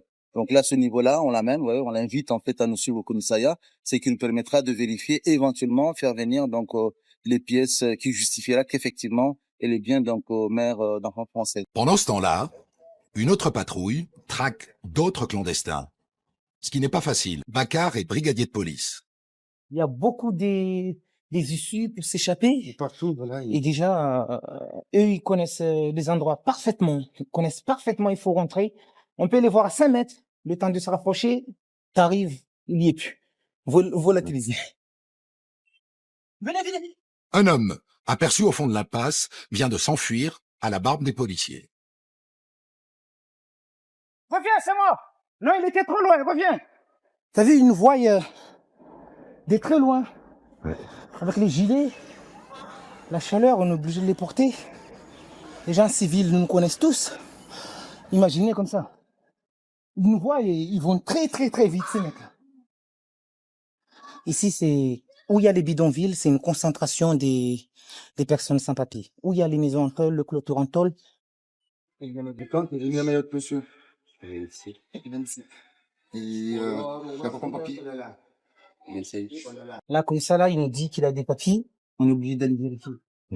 Et il a une carte de séjour, en cours de validité. Parce que souvent, ils nous disent, ils ont des cartes de séjour, là, à l'intérieur, mais en vrai dire, ils ont rien du tout. C'est une sorte... C'est un échappatoire. Ils cherchent un échappatoire. Ça, il nous dit, attendez-moi là, je vais récupérer la carte de séjour. On peut attendre toute l'après-midi, il reviendra jamais. Parce que dans les maisons, il y a toujours une autre issue. En fait, vous voyez la porte d'entrée, mais eux, ils ont toujours d'autres endroits pour sortir. C'est fait exprès. Il faut faire gaffe quand il nous dit, je vais chercher les papiers, ça veut dire qu'il ne reviendra pas. Ça, c'est clair. Laisse-le respirer. C'est moi qui te fais monter, ok? Tu respires, ok? Allez, monte. Pardon. Donne-moi la main. Allez, donne la main, donne la main. Donne la main, je vous aide. Allez. Et voilà. Vous avez vu? Ils nous voient à des kilomètres. Vous savez ce qu'il fait quand ils ont des sacs comme ça, souvent, ils ont des documents, ils ont autre chose, ils donnent toujours à des familles qui connaissent, parce que le fait de l'expulser, c'est sûr qu'il cherchera à revenir. Il donne des trucs comme ça, quand il revient, il a déjà tout ici. Depuis combien de temps vous êtes sur l'île? J'ai 12 ans ici. Mais pourquoi vous n'avez pas essayé de vous régulariser alors? Moi, j'ai une famille d'enfants ici. Donc, j'aime pas. Ah, ok, t'as pas eu la chance. J'ai pas le moyen. Ah, ok. Ça marche. Vous voyez, et eux, souvent, c'est quasiment à 50%, c'est des pères des enfants français ou mères des enfants français. Ouais, c'est ça. Tous les pièces d'identité photocopiées comme ça, c'est des feuilles blanches photocopiées, collées dessus. Il faut tous les amener au commissariat parce que souvent, l'enfant peut être, comme là, c'est père d'un enfant français, mais c'est pas forcément que l'enfant est de lui. Ça peut être son cousin et il scanne tous les documents. Un qui a un document, toute la famille peut s'en servir. Madame, bonjour. Bonjour. La police, madame. Je sais bien. Ok. J'aimerais bien que vous me présentiez votre pièce d'identité, s'il vous plaît. Pardon? Votre pièce d'identité, s'il vous plaît, madame. Je n'ai pas carte d'identité, pas carte de séjour. J'ai mon fils français, c'est tout. L'enfant, il a quoi comme papier? Nationalité, puis carte passeport. Française. Vous allez vous habitez où? Ici. Là. Vous allez le chercher les documents. D'accord. Pour qu'on puisse vérifier. Et pourquoi tu me fais le mien? Il est photocopié nationalité, Oui, la plupart, c'est des mères des enfants français. Ils présentent avec un extrait de naissance française. Et là, son enfant, en fait, il est de père enjoiné et mère enjoinaise. Oui. À l'âge de 13 ans, il a demandé la nationalité française. Ce qui fait, là, la dame, il est plus expulsable. Et on serait venu peut-être 3 ans avant, on aurait pu l'expulser. Ouais. Merci beaucoup. Parmi la vingtaine d'arrestations du jour, 14 personnes seront expulsées vers les Comores. Mais il en sera arrivé au moins autant, sans compter les naissances. Témoin de ce paradoxe, Médecins du Monde, qui s'est installé en plein cœur d'un bidonville. Donc bienvenue, donc c'est le centre de soins de Médecins du Monde, ici, où on accueille les enfants, principalement pour une consultation de soins de santé primaire. On est dans un quartier pauvre. Oui, complètement, et qui est informel si vous voulez, avec des mangas, des difficultés d'accès à l'eau, pas toujours l'électricité pour tout le monde. Voilà. Au-dessus, là, il y a une borne fontaine, donc c'est un système collectif d'accès à l'eau, par exemple. Il n'y a pas un accès à l'eau individuel, on va chercher à l'eau. À la fontaine. Exactement. On porte sur un bidon. Donc, vous faites tampon entre la pauvreté et le système public français. On essaye de faire fonctionner le système public, donc comme il devrait fonctionner, c'est-à-dire pour tout le monde sans discrimination. Et du coup, on essaie de témoigner surtout des difficultés en fait. C'est plus ça. C'est médical et un peu politique. Ouais, il y a du plaidoyer, c'est le travail de Médecins du Monde, c'est de témoigner. Voilà. Soigner, témoigner, c'est vraiment au même niveau. Donc ça, c'est la salle d'attente. Voilà, c'est la salle d'attente. Une salle d'attente qui affiche complet. Et comme chaque matin, on explique aux nouveaux venus le rôle du centre. Ici, le local de Médecins du Monde n'a pas vocation à remplacer les hôpitaux. On est là pour vous expliquer des choses, vous soigner, vous orienter. Vous comprenez ? Ce local est pour nous très utile quand on est sans papier. Ça nous évite de courir parce que des fois, on veut bien se rendre à l'hôpital pour aller soigner nos enfants. Mais on n'est pas à l'abri de se faire embarquer par la police. Au moins, ici, on n'a pas à faire de longs déplacements risqués. Ça, c'est le binôme choc de la consultation. Voilà. L'une ne peut pas faire sans l'autre, en fait. Et vous êtes là depuis combien de temps? Interdépendants. Depuis avril. Avril. Pas longtemps. Longtemps. C'est pas mal quand même. C'est relatif sur Mayotte. Oui, 5 mois pour un métro à Mayotte, c'est beaucoup. C'est une bonne durée. Pour nous, c'est une bonne durée. Au programme de Mariam et Brunel, 15 patients qui souffrent de pathologies très variées. L'un d'entre eux attire mon attention. C'est un enfant qui a eu des brûlures de 3e degré. Un accident de cuisine. Voilà, un petit peu. Un réchaud, c'est ça? Ouais. C'est fréquent, ça? Oui, c'est très fréquent. Il a été donc vaccin en métropole. En métropole? Ouais. Et ensuite, quand cet enfant est revenu ici, une situation difficile, une famille qui est nombreuse, donc le bébé a très rapidement perdu du poids et les rendez-vous en rééducation n'ont pas été honorés. D'accord. Pour des motifs divers et variés, on va dire. Ils l'ont pas amené en rééducation? Non, il y a eu beaucoup de rendez-vous qui ont été ratés. Les parents ont des papiers, là? Oui. Titre de séjour. En tant que parent d'enfants malades. D'accord. Là, quand j'écoute, j'entends un bruit anormal au niveau du cœur, d'accord, qu'un médecin avait déjà entendu avant. Et pour ça, pour savoir exactement ce que c'est, il faut faire une échographie, vous savez, comme quand on est enceinte, pour regarder le cœur du bébé. Au niveau pathologique, on arrive à avoir des pathologies du tiers-monde ici? Pour ce qui est des pathologies du tiers-monde, disons qu'elles sont assez sous-diagnostiquées aussi. On n'a pas forcément beaucoup d'études, beaucoup de preuves sur Mayotte. Il y a de la lèpre, mais on n'a pas de dermatologue sur l'île, donc c'est difficile de faire le diagnostic. Il y a des tuberculoses, encore quelques foyers. Moi, je vais pas forcément voir chez les enfants. Ce qu'on voit surtout, c'est les retards en fait de prise en charge, les retards de consultation, et puis quelque chose par contre qui est très très criant et qu'on voit dans les pays du tiers-monde, c'est ce problème de malnutrition. Oui, ils sont malnutris. Ils sont malnutris, oui, ils sont malnutris. Ouais. Ok, merci. Ouais. Suivant. Mayotte, terre française, a parfois des allures de pays du tiers-monde. En témoigne son système scolaire, notamment en primaire. La moitié de la population ayant moins de 20 ans, on manque tout simplement de place dans les écoles. On arrive juste avant la pluie, je crois. J'ai rendez-vous dans une école primaire. Bonjour, ça va? Pardon pour le retard, hein. Ah oui, mais c'est pas grave. C'est pas grave. On est allé au collège. L'une des plus anciennes de la région. Il y a combien d'élèves là?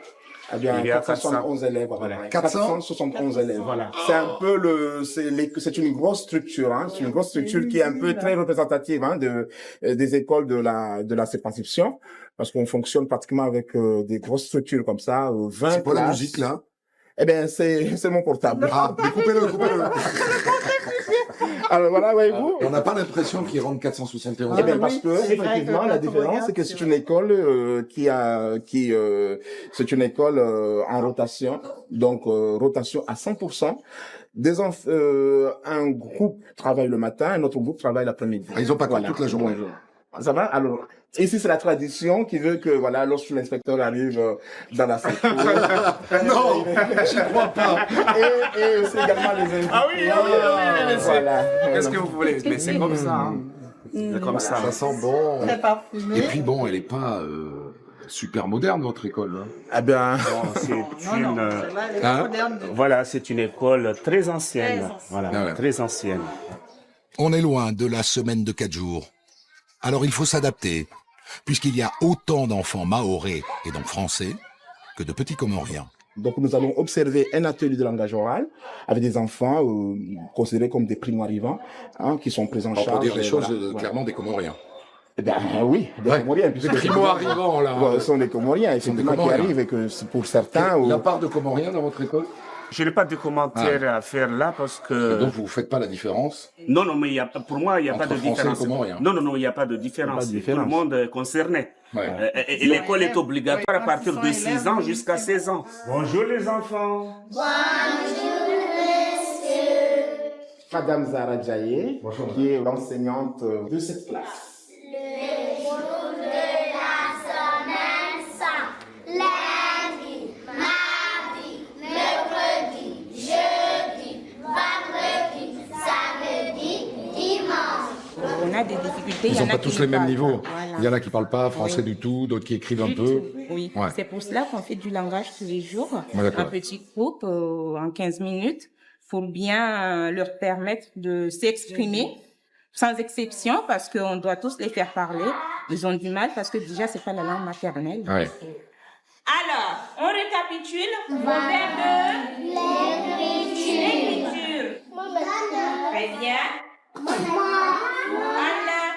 Je pense que pour un niveau de CP, c'est pas mal. Hein? C'est pas mal. C'est pas mal. Pour un niveau de CP, j'ai dit bravo. Hein. Pour des enfants qui ne parlent pas forcément français en début d'année. Oui. Et puis certains sont de primo-arrivants, qui n'ont jamais été à l'école. Oui. Et ces enfants-là s'expriment tous pareil. Oui. Moi, j'ai dit que vraiment, c'est bien. Oui, c'est pas mal. Oui. Je suis d'accord avec vous.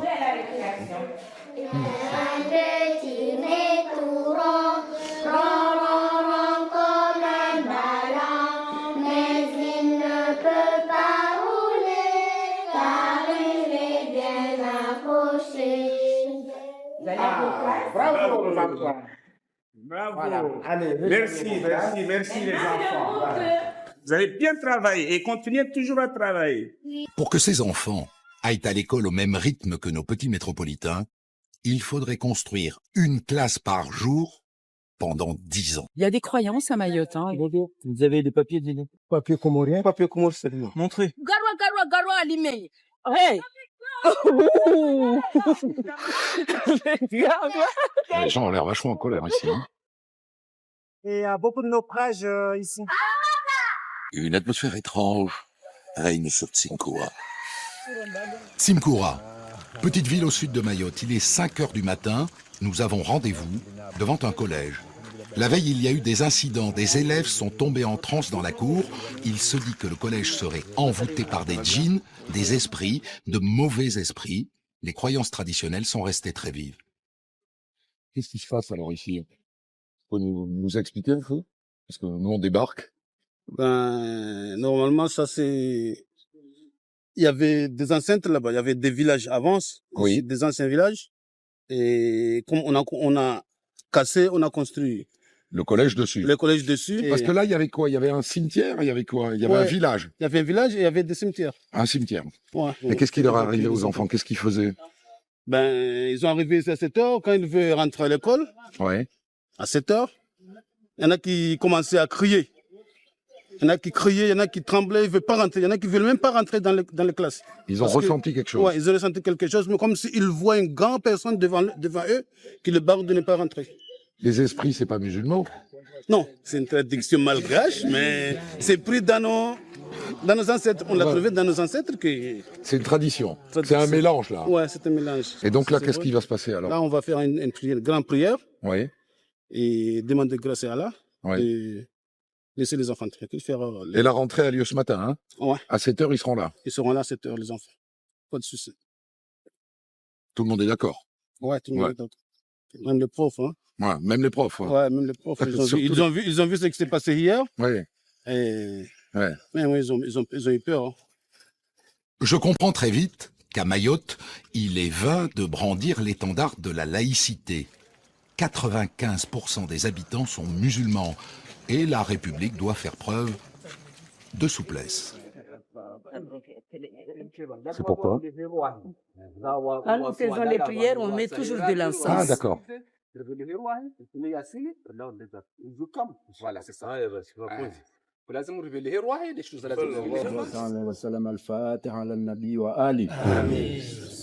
Pour un métropolitain comme moi, la scène est surréaliste. Tous les imams du sud de l'île se sont rassemblés dans la cour du collège public pour réciter des prières censées éloigner les esprits.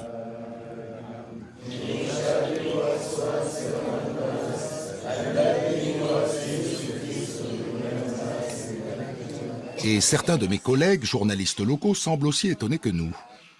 Et le jeune journaliste mahorais que tu es, lui, il regarde ça comment? Ben écoute, moi j'ai plutôt un œil, contrairement à ce qu'on peut croire, j'ai plutôt un œil métropolitain parce que j'ai grandi là-bas, j'ai grandi en métropole et je suis arrivé ici il y a quelques années seulement. Donc je prends ça avec un petit peu de recul. Ouais. Je me dis que bon, tout peut arriver, il y a des croyances ici quand même Oui. qu'il faut respecter. Mais en même temps, bon voilà, j'ai pas trop eu l'habitude de voir ça. De manipuler ça. Voilà, dans les écoles, collèges et lycées. De la République. La principale du collège, une réunionnaise, doit s'adapter elle aussi au particularisme mahorais. C'est quand même étonnant de voir des prières dans une école de la République. Il y a des croyances à Mayotte, hein. On est à Mayotte, donc il y a des croyances et nous respectons les croyances. Bon, là, la demande, c'était que ce soit fait avant que les élèves arrivent, hein, pour que, effectivement, l'établissement retrouve son cours normal, calme, sérénité. Je n'ai pas arrêté d'utiliser hier le terme de surréaliste, mais on est dans le surréalisme, effectivement. Au sens Mais propre, voilà, comment au sens, figurer. voilà. Mais bon, que faire? Ouais. Et quand les cours débutent, le calme semble revenu. On attend 5 minutes et on vous fait rentrer, d'accord? La rentrée se fait sans encombre. Les esprits ont déserté l'école de Tsimkoura. À l'autre bout de l'île, la traque aux clandestins continue. La brigade anti-immigration opère cette fois en pleine brousse. Sur la route, les policiers font une première rencontre. Bonjour. Vous avez les papiers d'identité sur vous? Très bien. Bon, merci, hein. Souvent, en fait, quand ils restent sur la route, c'est qu'ils sont en situation, ils sont assez tranquilles parce que souvent, quand ils sont en situation régulière, ils hésitent pas à poser leur fagot là, puis sauter directement dans le ravin à côté, quoi. Quitte à se casser une jambe, sans prêt à prendre beaucoup de risques, quoi. Objectif de la matinée pour ces policiers, accéder à un champ où travailleraient des clandestins. Il faut les traquer, sur tous les terrains. Un terrain un peu atypique pour Denis. Ils travaillent dans les champs, essentiellement. Et ils gardent les troupeaux, les chèvres. Ce sont tous des Anjouanais qui n'ont pas de papier. Des Anjouanais, c'est-à-dire des Comoriens qui viennent de l'île d'Anjouan, la plus proche de Mayotte. Quand ça crie Moro, c'est qu'on est repéré. Ça veut dire au feu. Un groupe d'une dizaine de cultivateurs arrive dans le champ. Les policiers se mettent en place pour leur tendre un piège. Oui, puceau. Hein? Ils se sont arrêtés. Ok, on attend. Étonné qui court très vite. Il faut trouver un peu des stratèges parce que sinon, on court toute la matinée. Oui. Tu les vois encore? Ils doivent être nombreux en bas.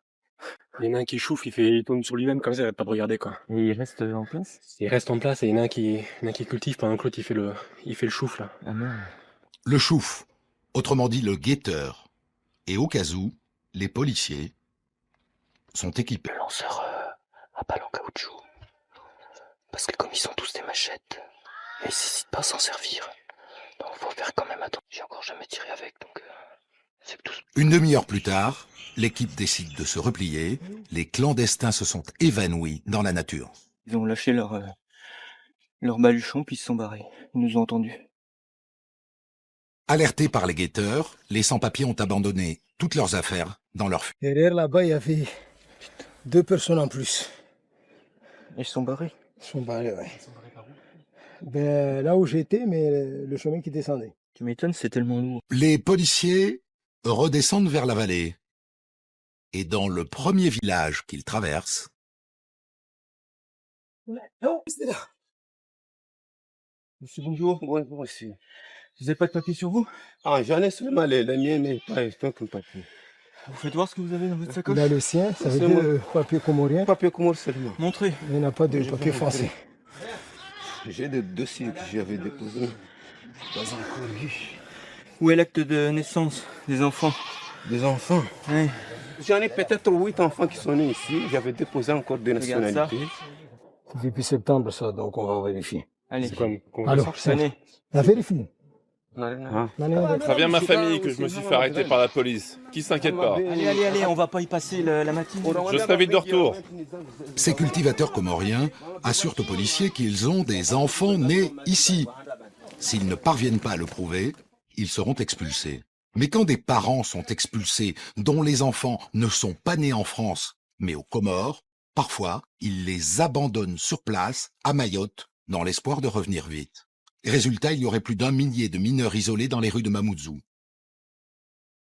Je fais la connaissance de Kala, journaliste dans un hebdomadaire de Mayotte. Elle va me faire rencontrer ces jeunes. Isolé, c'est que les parents ont été expulsés. On considère qu'en fait, il n'y a pas un adulte référent, on va dire, pour l'enfant ou les parents. Il vit seul, quoi. Il vit Il seul. se débrouille. Quand les parents sont expulsés, ils ne disent jamais la plupart ne disent pas qu'ils ont des gosses.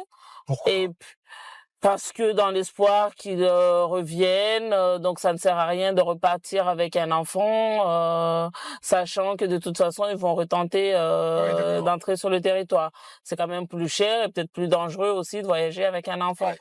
Le souci, c'est que le retour n'est pas si évident que cela. Il suffit qu'ils se fassent passer par la PAF. La PAF, et ils seront reconduits directement. Sinon, par malchance, ils font naufrage et ils meurent. Et ils meurent, quoi. Donc Donc il y a des gamins ici qui n'ont pas vu leurs parents depuis un certain temps. bah oui, les parents qui ont été expulsés, ils les ont pas revus, on sait pas trop. Je me souviens quand on leur demandait où sont vos parents, ils me disaient ah non, ils sont partis en voyage. Ils disent pas qu'ils ont été expulsés ou. Ces mineurs isolés ne sont pas expulsables. Du coup, ils vivent dans la rue, où ils peuvent, et notamment près de la décharge municipale. Nous nous y rendons discrètement, il est interdit d'y filmer. Attention à ta caméra. Attirer l'attention. Baisse ta caméra. Ouais, très bien, Idoso. Faut t'en faire mieux. Hein? On aurait peut-être dû prendre. Bonjour. Kodina. Bonjour. Samahani. Vous savez où et quand on peut trouver les enfants isolés dans le coin? Oui, ils vivent en contrebas d'ici. On peut les voir entre 11h et midi? On peut les voir vers midi. 11h midi. Le monsieur là, il a une plantation là, et les gamins vont saccager sa plantation et il n'aime vraiment pas ça. Ce que je lui ai demandé, c'est sûr c'est des gamins sans parents. Il me fait oui, c'est des gamins sans parents, c'est des délinquants qui sont là et qui viennent saccager mes trucs. Ils sont à midi, non, a priori ils seront pas réticents à parler, hein. Ils ont peur de la police. Mais pas des journalistes. Mais pas des journalistes. Ça, c'est ce qu'on va voir. 11 rue Poubelle. Rue Poubelle, le nom est évocateur. Nous nous rendons à la rencontre de ces jeunes, en contrebas de la décharge. Odina. Odi. Bonjour. Odina, GG. Mais d'abord, nous tombons sur une femme et ses enfants, une Mahoraise, très en colère. Ça va. On voudrait rencontrer des mineurs isolés qui seraient dans le coin. Vous allez voir ces voyous, ils vont vous parler n'importe comment, vous manquez de respect. Très en colère. Là, tout à l'heure, ils sont venus m'insulter, me menacer. Mais c'est le bon Dieu qui leur répondra. Ils sont venus rayer la voiture de mon mari. Ce n'est pas normal. Nous tentons quand même d'entrer en contact avec eux. Non, doucement. Journaliste. Hey. Bon, ils se sont remis. D'emblée, ils nous jettent des pierres. Il a dit retournez d'où vous venez. C'est ça qu'il a dit? Ouais, retournez d'où vous venez. Ces enfants ont à peine 12 ans. Seconde tentative d'approche.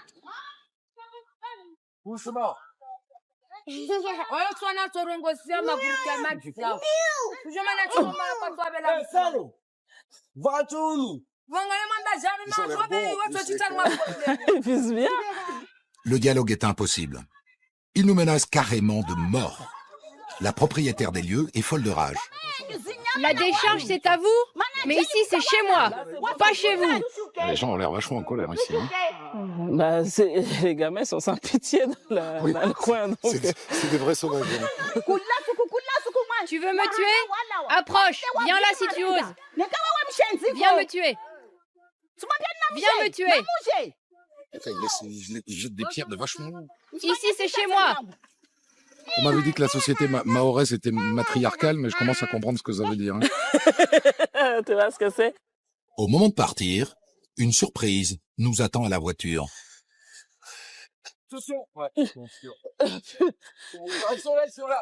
Armés de pierres, les jeunes nous ont suivis. Notre véhicule en a fait les frais. Faites attention là. Ouais.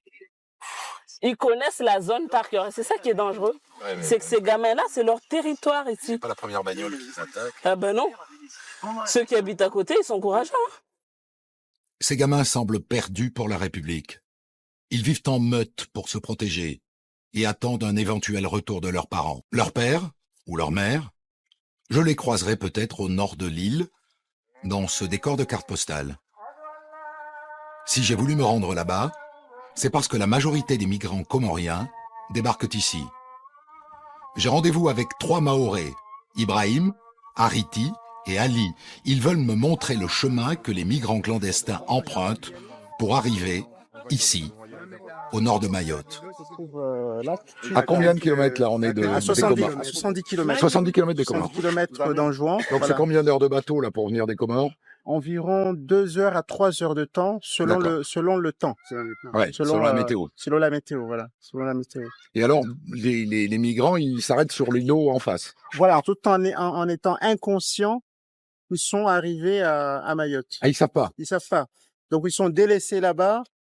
On les pose là et ils repartent. On les pose là et les passeurs partent aussitôt en leur disant que vous êtes déjà arrivés à Mayotte. D'accord. Démerdez-vous. Voilà. Donc. Et donc après ils traversent.